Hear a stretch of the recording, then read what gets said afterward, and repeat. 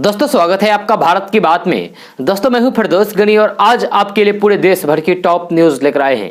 दोस्तों video start करने से पहले आपसे एक रिक्वेस्ट है, अगर आप नए आए इस चैनल पर तो फिर चैनल को सब्सक्राइब के बेल आइकन को भी प्रेस कर दीजिए और साथ में वीडियो को लाइक कीजिए, अपने दोस्तों के साथ शेयर भी कीजिए।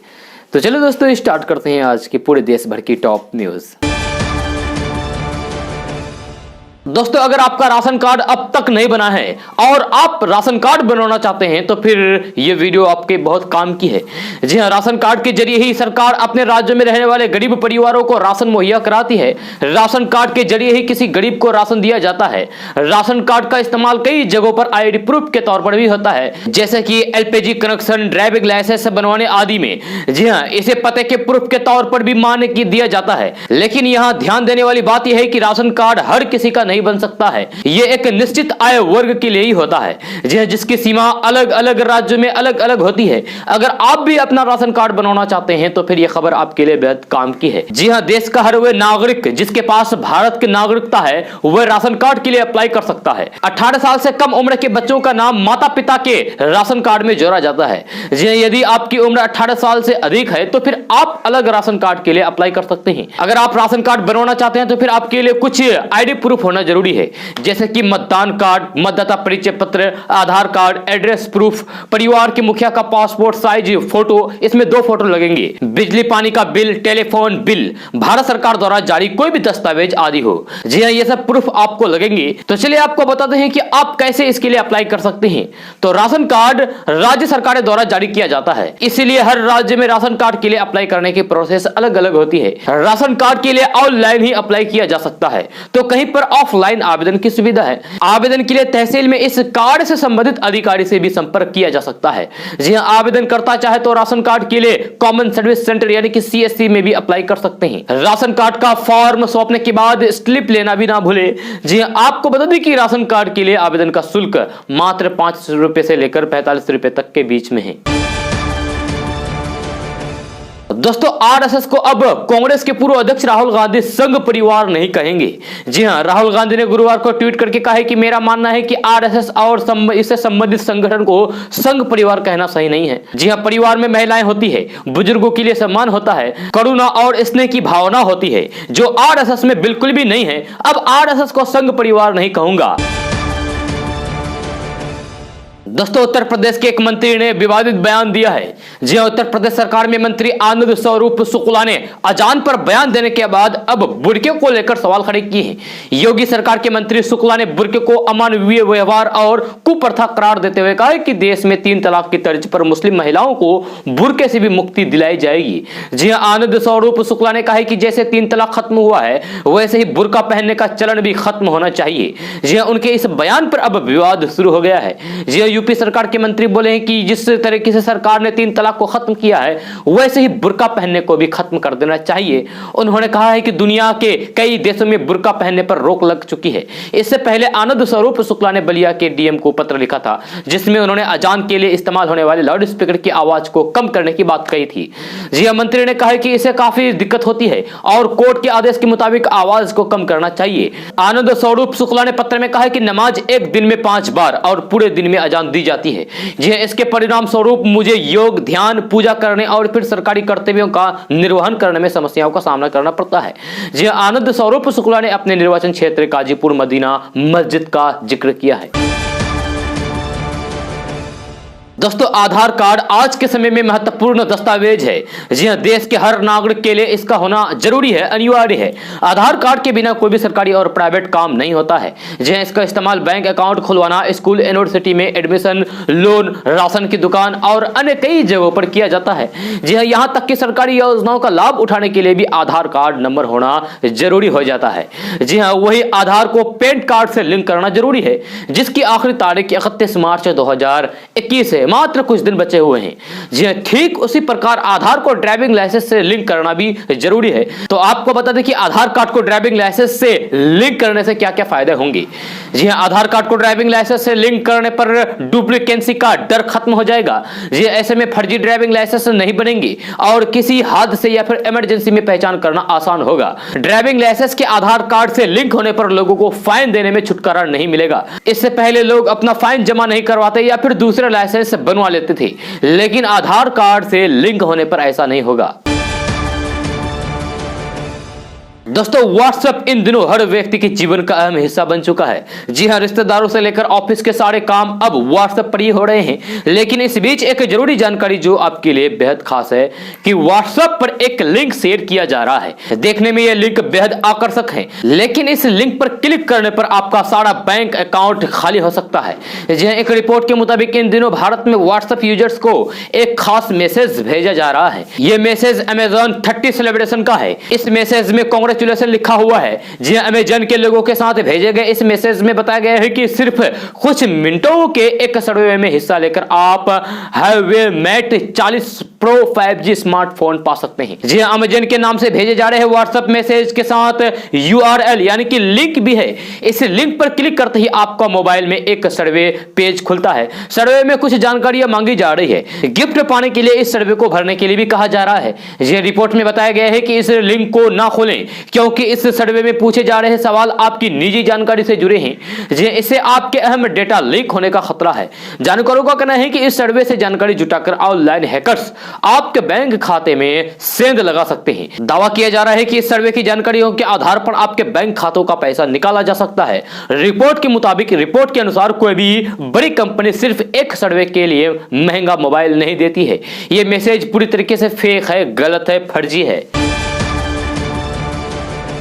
दोस्तों, बिहार बोर्ड 12वीं की परीक्षा का रिजल्ट कुछ ही दिनों में जारी कर दिया जाएगा। जी हां, बिहार विद्यालय परीक्षा समिति द्वारा टॉपर्स का वेरिफिकेशन हो रहा है। 19 मार्च को कॉपियों का मूल्यांकन पूरा हो गया था।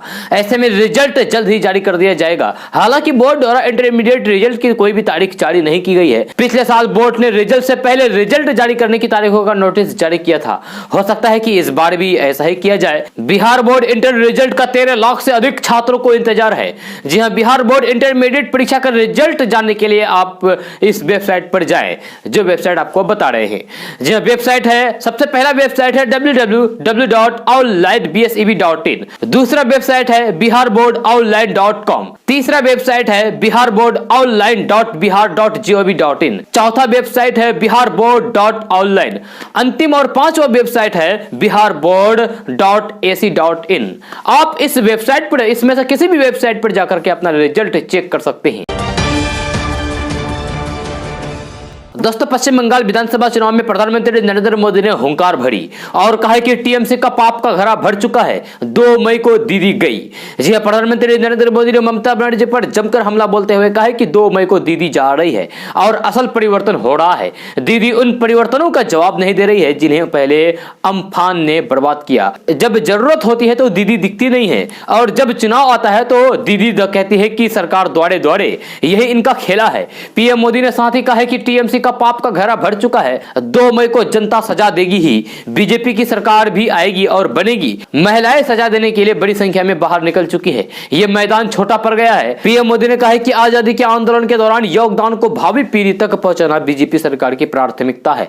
पश्चिम बंगाल बीजेपी के संकल्प का अहम केंद्र है। आज जो युवा 25 साल की उम्र के हैं और वे युवा जो आज इस चुनाव में पहली बार मतदान करेंगे, इनके लिए भी यह समय बहुत अहम है। इसीलिए असल परिवर्तन की जरूरत है। पश्चिम बंगाल के कोने कोने से अब एक ही आवाज आ रही है। पश्चिम बंगाल के हर मुंह से एक ही आवाज आ रही है, 2 मई दीदी गई। दोस्तों, असम विधानसभा चुनाव में कांग्रेस और बीजेपी एक दूसरे को टक्कर दे रहे हैं। जी हां, पिछले विधानसभा चुनाव में बीजेपी ने कांग्रेस को करारी शिकस्त देकर सत्ता हासिल की थी और 15 साल से सत्ता में रही कांग्रेस को बाहर किया था। जी हां, हालांकि इस बार के चुनाव में असम के मुस्लिम नेता बदरुद्दीन अजमल ने कई सारे चुनावी समीकरण बदल दिए हैं। जी हां, बीजेपी नेता बदरुद्दीन अजमल पर लगातार हमलावर हैं। असम बीजेपी नेता हेमंत बिस्वा शर्मा ने बदरुद्दीन अजमल को तो असम का दुश्मन तक बता दिया। आपको बता दें कि इस बार के चुनाव में कांग्रेस ने बदरुद्दीन अजमल की पार्टी AIUDF से गठबंधन किया है। जी हां, बीजेपी ने इस गठबंधन पर हमलावर होते हुए कहा है कि ये लोग मिलकर असम में घुसपैठ को बढ़ावा देंगे। आपको बता दें कि अतीत में यानी कि पहले भी कांग्रेस के दिवंगत नेता तरुण गोगोई बदरुद्दीन अजमल और उनकी पार्टी को सांप्रदायिक करार दे चुके हैं।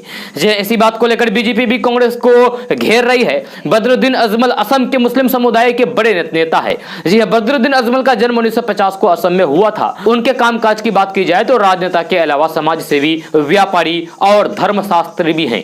जी उनकी निजी जीवन की बात की जाए तो फिर उनके 7 बच्चे हैं। बदरुद्दीन अजमल सबसे ज्यादा बच्चों वाले सांसद हैं। बदरुद्दीन अजमल का नाम दुनिया के प्रभावशाली मुस्लिम नेताओं में शुमार है। वे असम से 3 बार सांसद चुने जा चुके हैं। जी हाँ, अजमल पर विपक्ष बंगाली मुस्लिमों के ध्रुवीकरण का आरोप लगाते रहे हैं। जी हाँ, राजनीति में आने से पहले भी बदरुद्दीन अजमल का रसूख था, जब सत्ताधारी पार्टी के नेता उनके घर समर्थन लेने के लिए पहुंचा करते थे। दोस्तों, कोरोना संक्रमितों की बढ़ती संख्या के बीच राजस्थान सरकार ने होली और शबे बारात पर सार्वजनिक स्थानों पर किसी भी तरीके का कार्यक्रम करने पर रोक लगा दी है। जी हां, गृह विभाग ने बुधवार को इस बारे में आदेश जारी किया है। इसके अनुसार राज्य में कोरोना संक्रमण के मामले में बढ़ोतरी को देखते हुए गृह विभाग के 21 मार्च 2021 के आदेश के तहत जारी दिशा निर्देश की निरंतर में होली और शबे बारात के अवसर पर 28 और 29 मार्च को सार्वजनिक स्थलों पर, सार्वजनिक मैदानों, सार्वजनिक पार्क, बाजार और धार्मिक स्थलों पर किसी भी प्रकार के आयोजनों पर रोक लगाई गई है। दोस्तों, अगर आप यूपी के हैं तो आपके लिए बहुत ही बड़ी खुशखबरी है। जी हां, यूपी आंगनबाड़ी में नौकरी की तलाश कर रहे युवाओं के लिए अच्छी खबर आ रही है। मिली जानकारी के मुताबिक यूपी आंगनबाड़ी में कार्यकर्तियों और सेविकाओं के 53,000 पदों पर भर्ती होने जा रही है। विभाग की ओर से इसकी तैयारियां भी शुरू हो गई है। मीडिया में आ रही खबर के मुताबिक यूपी आंगनबाड़ी में कार्यकर्तियों और सेविकाओं के पदों पर भर्ती का विज्ञापन 3 दिन के अंदर निकाला जा सकता है। वही 15 मई तक कार्यकर्तियों और सेविकाओं के पदों पर भर्ती की प्रक्रिया पूरी हो जा सकती है। जी पूरी की जा सकती है। आपको बता दूं कि यूपी आंगनबाड़ी के इन पदों पर भर्ती को लेकर विभागीय वेबसाइट पर आवेदन पत्र का प्रारूप जारी किया गया है। बहुत जल्द भर्ती नोटिफिकेशन भी जारी किया जाएगा। दोस्तों, तमिलनाडु विधानसभा चुनाव से पहले एक निर्दलीय उम्मीदवार ने जनता से बड़े बड़े वादे किए हैं। जी हां, उम्मीदवार ने अपने क्षेत्र के हर घर के लिए एक मिनी हेलीकॉप्टर, 1 करोड़ रुपए सालाना डिपॉजिट, शादियों में सोने के जेवरात, 3 मंजिला घर देने का वादा किया है। यही नहीं, शख्स ने अपने चुनावी घोषणा पत्र में मतदाताओं को चांद पर सफर करने का वादा भी किया है। जी हां, इसके अलावा उन्होंने अपने निर्वाचित क्षेत्र में एक रॉकेट लॉन्च पैड, इलाके को ठंडा रखने के लिए 300 फुट ऊंचा कृत्रिम बर्फ का पहाड़, गृहिणियों के काम का बोझ कम करने के लिए एक रोबोट देने का भी वादा किया है। लेकिन यह सिर्फ उनके अभियान का एक हिस्सा है। जी हां, थुलम सर्वोनन एक निर्दलीय उम्मीदवार है जो 6 अप्रैल को तमिलनाडु के मदुर निर्वाचन क्षेत्र से चुनाव लड़ रहे हैं। जी हां, अपने इन वादों की वजह से थुलम अपने क्षेत्र में चर्चा का विषय बने हुए हैं। जी हां, एनडीटीवी से बातचीत में थुलम सर्वोनन ने कहा है कि मेरा उद्देश्य राजनीतिक पार्टियों द्वारा चुनावी मैदान में उतारने जा रहे उम्मीदवारों के खिलाफ जागरूकता बढ़ाना है। मैं चाहता हूं कि पार्टियां अच्छे उम्मीदवार चुने जो साधारण विनम्र लोग हो। साथ ही नेताओं के बड़े वादे को उजागर करना भी मेरा उद्देश्य है। दोस्तों, बिहार विधानसभा में मंगलवार को सशस्त्र पुलिस विधेयक 2021 के विरोध में जो भी हुआ उससे राज्य शर्मसार है। इस पर आरजेडी सुप्रीमो लालू प्रसाद यादव तथा उनके परिवार ने तीखी प्रतिक्रिया दी है। उन्होंने घटना के लिए मुख्यमंत्री नीतीश कुमार को जिम्मेदार बताया। इस पर प्रतिक्रिया देते हुए लालू प्रसाद यादव ने नीतीश कुमार के लिए बेहद आपत्तिजनक शब्द कुकर्मी कहा। वहीं तेजस्वी यादव ने भी 2 कदम आगे बढ़कर गुंडा की संज्ञा दे दी। तेज प्रताप यादव और राबड़ी देवी ने भी नीतीश कुमार को निर्दलीय करार दे दिया। आरजेडी सुप्रीमो लालू प्रसाद यादव की ओर से जारी ट्वीट में घटना पर तीखी प्रतिक्रिया दी गई। जी हां, वे कहते हैं कि लोहिया जयंती के दिन कुकर्मी आदमी कुकर्म नहीं करेगा तो फिर कुकर्मी कैसे कहलाएगा। जी हां, नीतीश की ओर से इशारे करते हुए आगे लिखते हैं कि उन्हें शर्म आनी चाहिए। वे सदन के अंदर निर्वाचित माननीय विधायकों को पिटवा रहे हैं। लालू प्रसाद यादव ने सवाल किया है कि अगर पुलिस सदन के अंदर विधायकों को पीट सकती है तो फिर उनके घर जाकर क्या करेगी। जी हां, घटना पर अपनी प्रतिक्रिया में लालू प्रसाद यादव के बेटे और बिहार विधानसभा में नेता प्रतिपक्ष तेजस्वी यादव ने कहा है कि नीतीश कुमार जैसे अनैतिक राजनीति करने वाला सिगरेट का बेशर्म और आलोकतांत्रिक मुख्यमंत्री देश में दूसरा कोई नहीं होगा। वीडियो शेयर करते हुए अपने ट्वीट में उन्होंने आगे लिखा है कि देखिए कैसे गुंडा सरकार के मुखिया 3 लाख लोगों द्वारा निर्वाचित विपक्षी मान्य विधायकों को घसीटवाकर अपनी सरकार की गुंडाई को दिखा रहे हैं। दोस्तों, भारत सरकार की ओर से कुछ खास ऐसे स्कीम चलाई जाती है जिसको लेने के बाद आपको बुढ़ापे में भी पैसों की चिंता नहीं होगी।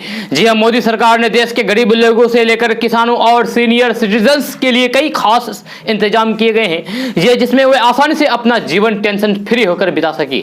जी, आज हम आपको सरकार की 4 ऐसी खास स्कीम के बारे में बताएंगे जिनमें निवेश करने के बाद आपके पैसों की टेंशन खत्म हो जाएगी। जी, नंबर 1 है अटल पेंशन योजना। जी, अटल पेंशन योजना में कोई भी भारतीय रुपए निवेश कर सकता है। इस योजना के लिए आपका बैंक खाता होना जरूरी है। योजना का फायदा उठाने के लिए आपकी उम्र 18 से 40 साल के बीच होनी चाहिए। जी साथ ही अटल पेंशन योजना के तहत पेंशन पाने वाले के लिए आपको कम से कम 20 साल तक निवेश करना होगा। जी पेंशन योजना यानी कि अटल पेंशन योजना के तहत कम से कम 1000 रुपए और फिर अधिकतम 5000 रुपए मासिक पेंशन मिल सकती है। आपको बता दें कि 60 साल की उम्र में आपको अटल पेंशन योजना के तहत पेंशन मिलना शुरू हो जाएगी। नंबर दूसरा है पीएम श्रमयोगी मानधन योजना। ये इस योजना की शुरुआत सरकार ने साल 2019 में की है। ये इस योजना के तहत असंगठित क्षेत्र में काम करने वाले लोगों को सरकार की ओर से पेंशन दी जाती है। इस योजना के तहत 60 साल की उम्र के बाद हर महीने 3000 रुपए की पेंशन मिलेगी, यानी कि आपको सालाना 36,000 रुपए मिलेंगे।